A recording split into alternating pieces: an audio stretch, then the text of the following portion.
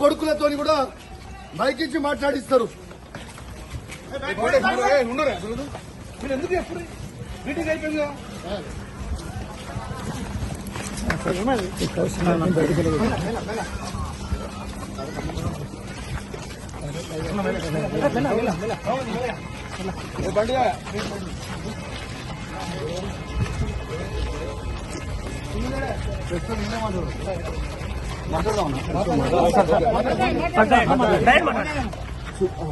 ఇవాళ కరీంనగర్ జిల్లాలో రైతులకి రైతు భరోసా 15,000 ఖచ్చితంగా మీరు ఇయ్యాలి.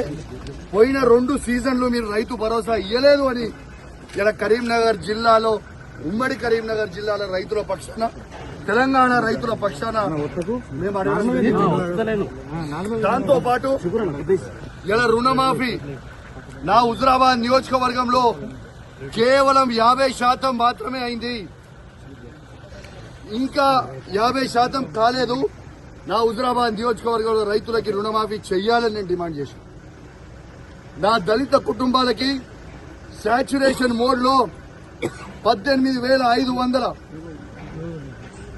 కుటుంబాలకి మేము దళిత బంధు ఇస్తే 2వ విడత దళిత బంధుని వీళ్ళు ఇయ్యకుండా మా దళితులకి ఇబ్బంది పెడతా ఉన్నారు. ఇలా ఖచ్చితంగా దళిత బంధు విడుదల చేయమని చెప్తే అడిగితే 3 మంత్రులు ఎమ్మెల్యేలు అందరూ కూడా మందబలం ఉంది కదా, అధికార బలం ఉంది కదా అని వచ్చి బెదిరించే ప్రయత్నం చేస్తా ఉన్నారు. మీరు బెదిరిస్తే భయపడేటోడు ఎవడు లేడీడా. ఖచ్చితంగా కేసీఆర్ గారి పక్షాన మేము నిలబడతాం.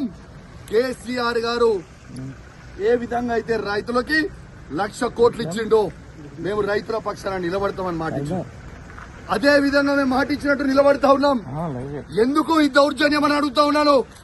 మంత్రులు ఎమ్మెల్యేలు అధికారులు సాక్షిగా నేను ఒక ఎమ్మెల్యేగా ఉన్నా ఎట్లా బయట పట్టుకొని నూకేస్తున్నారో ఒక్కసారి మీ అందరు కూడా చూడండి విజ్ఞప్తి చేస్తాను. ఒక దొంగ అయినా జగిత్యాల ఎమ్మెల్యే డాక్టర్ సంజయ్ ఎట్లయితే అమ్ముడు పోయిండో సిగ్గులేనోడు అమ్ముడు పోయినోడు ఎట్లా అమ్ముడు పోయినవరా అని మేము అడిగితే మైకించుకొని నువ్వు ఏ పార్టీ అంటే కాంగ్రెస్ పార్టీ అంటూ. మరి నిజంగా నువ్వు అంత పొగనువే అయితే డాక్టర్ సంజయ్ జగిత్యాల ఎమ్మెల్యే నువ్వు రాజీనామా చేయి.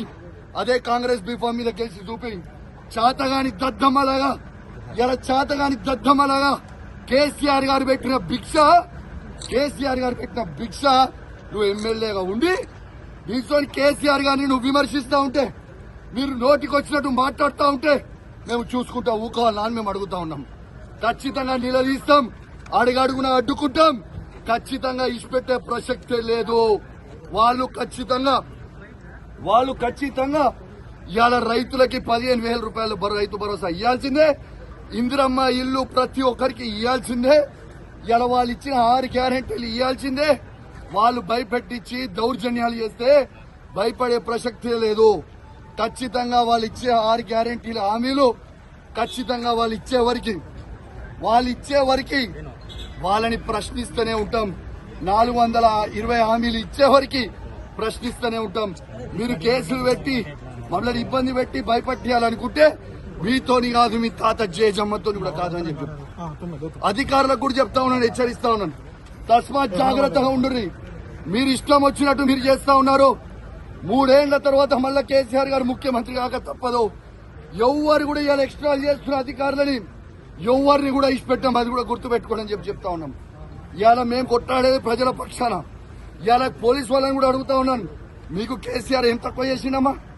మీకు అద్భుతమైన ఫార్చునర్ ఇచ్చిండు, అద్భుతమైన ఇన్నోవాలు ఇచ్చిండు, 5 స్టార్ పోలీస్ స్టేషన్లు చేసిండు, మీ జీతాలు పెంచిండు. ఇవన్నీ మర్చిపోయిరా. మళ్ళా మీకోసం నువ్వు కూడా పోరాటం